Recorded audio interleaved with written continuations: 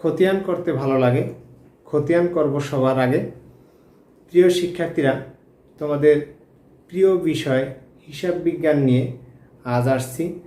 নবম-দশম শ্রেণীর হিসাব বিজ্ঞান বিষয়ে সপ্তম অধ্যায় খতিয়ান নিয়ে তোমাদের আরও 2টি ক্লাস করেছিলাম। আজ 3য় ক্লাসে তোমাদের সামনে আমি নিয়ে আসছি একটি খতিয়ান উদাহরণের মাধ্যমে। আমি আজকে তোমাদেরকে চলমান জেড ছকে কিভাবে খতিয়ান করতে হয় তা শিখিয়ে দিব। তোমরা একটু মনোযোগ দিয়ে ভিডিওটা দেখবে। প্রিয় শিক্ষার্থীরা, দেখো আমি একটি উদাহরণ সাজিয়েছি। জনাব এক্স 2019 সালের ডিসেম্বর মাসে নগদ 2 লক্ষ টাকা এবং 20,000 টাকা ঋণ নিয়ে ব্যবসা শুরু করলো। ডিসেম্বর 2 তারিখে নগদে পণ্য বিক্রয় 40,000 টাকা, বাকিতে পণ্য ক্রয় 50,000 টাকা, ভাড়া প্রদান 20,000 টাকা, উপযোগ বিল পরিশোধ করছে 300 টাকা অনলি এবং ধারে পণ্য ক্রয় 25,000 টাকা, বেতন পরিশোধ 10,000 টাকা। প্রিয় শিক্ষার্থীরা, এখানে আমি 2টা হিসাব প্রস্তুত করে দেখাবো। এই জন্য আমি গ নাম্বার প্রশ্ন দিয়ে 2টা হিসাবের নাম লিখেছি, নগদান হিসাব এবং ক্রয় হিসাব। প্রিয় শিক্ষার্থীরা, আমি পূর্ববর্তী ক্লাসে বলেছিলাম যে প্রত্যেকটা লেনদেনে কমপক্ষে কয়টা পক্ষ আছে? 2টা পক্ষ। এই 2টা পক্ষ করে একাধিক লেনদেনের মধ্যে একাধিক পক্ষ আছে এবং একাধিক খতিয়ান করা যায়, কিন্তু প্রশ্নের মধ্যে তোমাদের 2 থেকে 4টা খতিয়ান করতে বলে। তাই আমি আজকে 2টা খতিয়ান করে দেখাবো এবং চলমান জেড ছকে। আমি গতদিন তোমাদেরকে টি ছক করে দেখিয়েছিলাম। আজকে চলমান জেড ছকে কীভাবে খতিয়ান করতে হয় দেখো। প্রথমে আমরা ছকটা করা শিখব।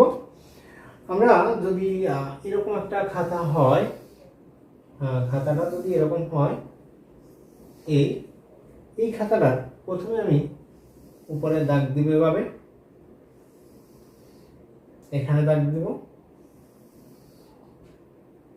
পরে আবার একটা দাগ দিব, আবার একটা দাগ দিব এবং নিচে বর্ডার করে দিব।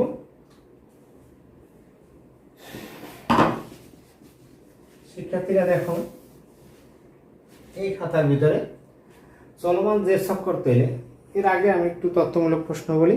প্রিয় শিক্ষার্থীরা, আমি বরাবরের মতো প্রত্যেকটা ক্লাসে আমি বলেছিলাম যে একটি জ্ঞানমূলক প্রশ্ন জড়িয়ে দেব, তোমাদের কমেন্ট বক্সে প্রশ্নগুলো উত্তর জানিয়ে দেবো। আমি গতদিন বলেছিলাম হিসাব বিজ্ঞান কাকে বলে, হিসাব বিজ্ঞানের সংজ্ঞাটা তোমাদেরকে শেখার জন্য এবং বলার জন্য। তোমরা কমেন্ট বক্সে কমেন্ট করেছো কিনা আমি দেখার সুযোগ পাইনি, তবে আজকে আমি সংজ্ঞাটা বলে দিই।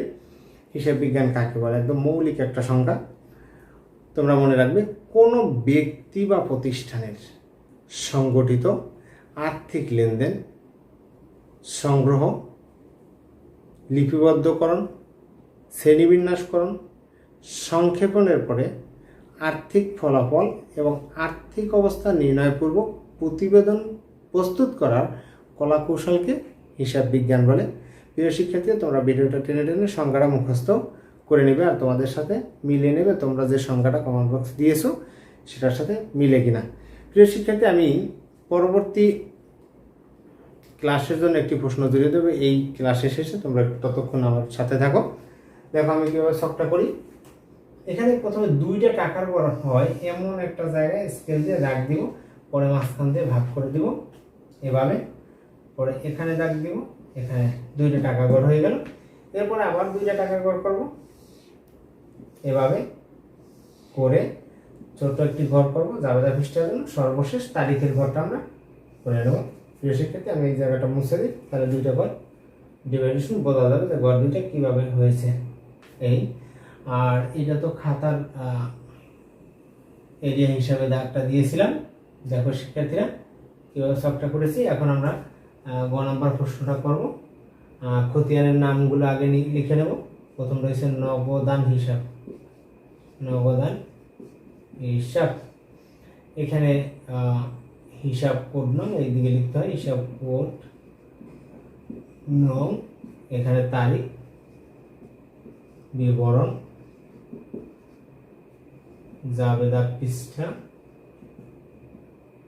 এখানে ডেবিট টাকা,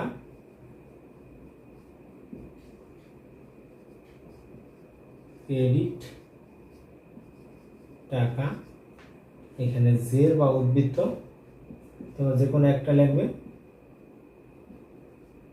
এখানে ডেবিট,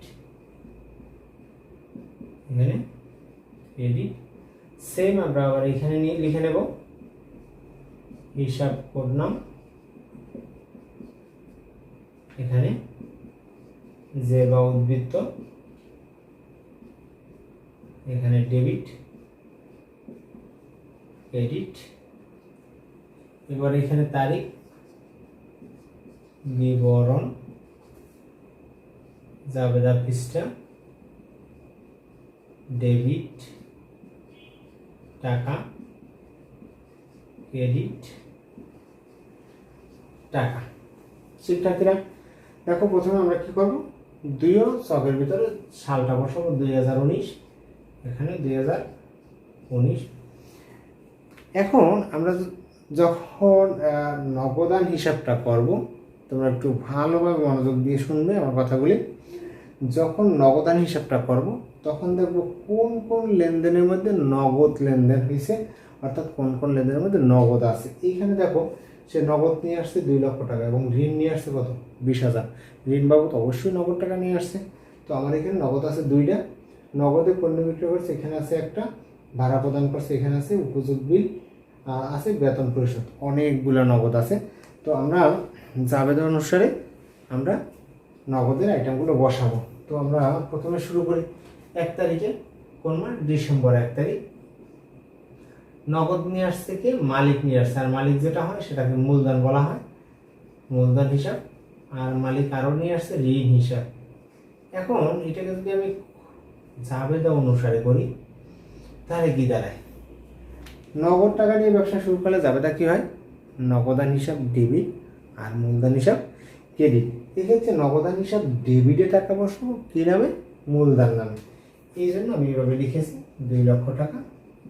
আবার ঋণ নিয়ে যদি ব্যবসা শুরু করে তাহলে কি হবে, নগদান ডেবিট, ঋণ হিসাব ক্রেডিট। এই যে নগদান, নগদান, এই যে ডেবিট, এই ডেবিটে আমি টাকাটা বসাবো কি নামে, ঋণ নামে। বসালাম 20,000 টাকা।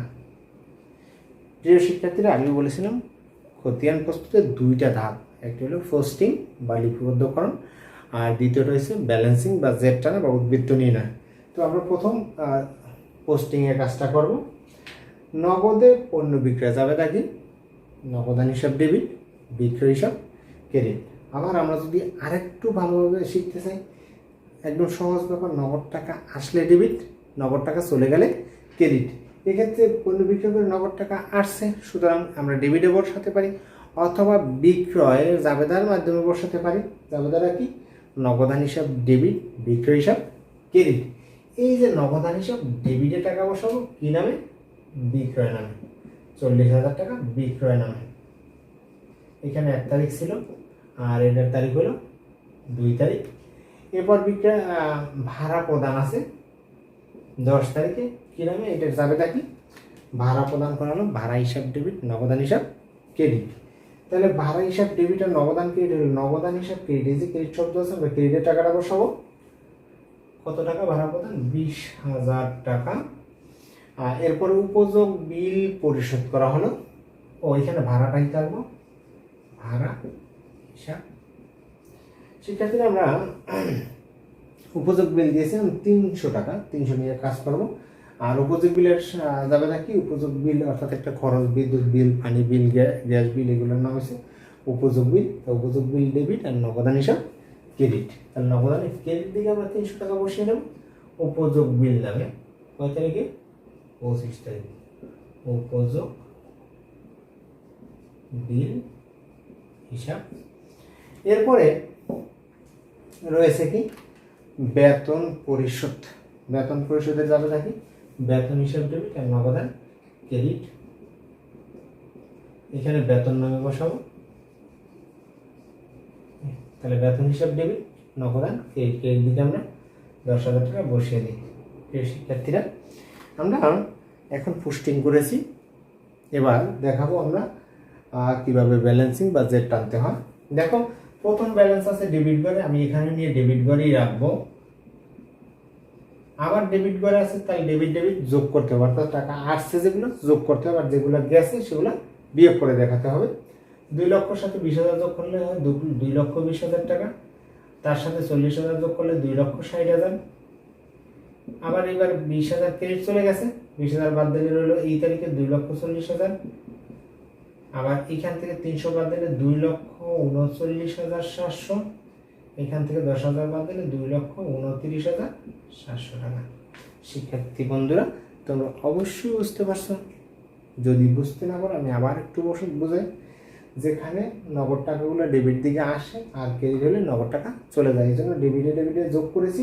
আর যখন ক্রেডিট হয়েছে এখান থেকে এটা বিয়োগ করে এখানে বসিয়েছি, পরেরটা বিয়োগ করে এখানে বসিয়েছি, পরেরটা বিয়োগ করে এখানে বসিয়েছি। তোমরা অবশ্যই পরিসংখ্যান করছো, পরিসংখ্যানের ক্রমযোজিত কোনো সংখ্যা ছিল, ওরকম ক্রমযোজিত করছি প্রথম 3 লাইন, পরে ক্রম বিয়োজিত করেছি পরবর্তী 3 লাইন। প্রিয় শিক্ষার্থীরা, এবার আমরা করব কি ক্রয় হিসাব। দেখো এখানে যদি ক্রয় হিসাব করি, ক্রয় কোথায় কোথায় আছে দেখো, এখানে একটা ক্রয় আছে আর এখানে একটা ক্রয় আছে, দুইটা লেনদেনের মধ্যে ক্রয় আছে। তো 2019 ডিসেম্বর 5 তারিখে একটা আছে, ডিসেম্বর 28 তারিখে আছে। প্রথম ক্রয়টা ছিল বাকিতে পণ্য ক্রয়। তোমরা জানো কি বাকিতে পণ্য ক্রয়ের যাবে কি ক্রয় হিসাব ডেবিট আর পাওনাদার ক্রেডিট। এবার ক্রয় হিসাবে ডেবিটের টাকা বসাবো কি নামে, পাওনাদার বা প্রদেয় হিসাব নামে, প্রদেয় হিসাব। তাহলে ক্রয় হিসাব ডেবিট 50,000 টাকা আর প্রদেয় ক্রেডিট। পরে আবার ধারে পণ্য ক্রয় করছি, আমি এটাকে নগদ দিয়ে দিই, দুইটা ধারে পণ্য দ্বারা ভালো লাগে না, নগদে পণ্য ক্রয় যাবে দেখি ক্রয় হিসাব ডেবিট, নগদান হিসাব ক্রেডিট। এই যে ক্রয় হিসাব ডেবিট দিকে টাকা বসাবো 25,000 কি নামে, নগদান নামে।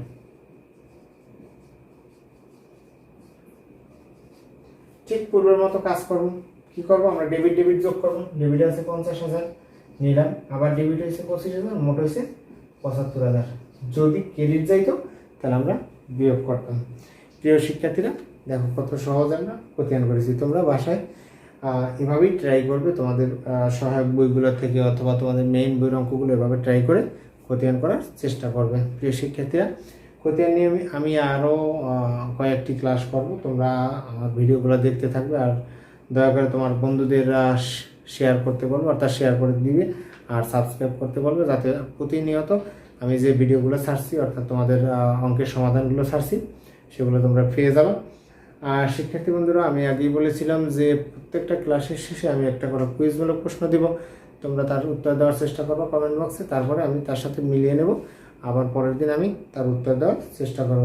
প্রিয় শিক্ষার্থী বন্ধুরা, তোমাদের জন্য আজকের প্রশ্ন, হিসাব বিজ্ঞানের জনক লুকা প্যাসিওলি পূর্ণ নাম কি? আমি আবার বলছি, হিসাব বিজ্ঞানের জনক লুকা প্যাসিওলির পূর্ণ নাম কি? তোমরা যদি জেনে থাকো অথবা যেভাবে পারো সংগ্রহ করে তোমরা কমেন্ট বক্সে জানিয়ে দেবে। আর যদি জানাতে অসমর্থ হও তাহলে আমি পরবর্তীতে আবার বলে দেব এই নামটা কি। ততক্ষণ পর্যন্ত তোমাদের সাথে তোমরা আমার সাথে রয়েছো।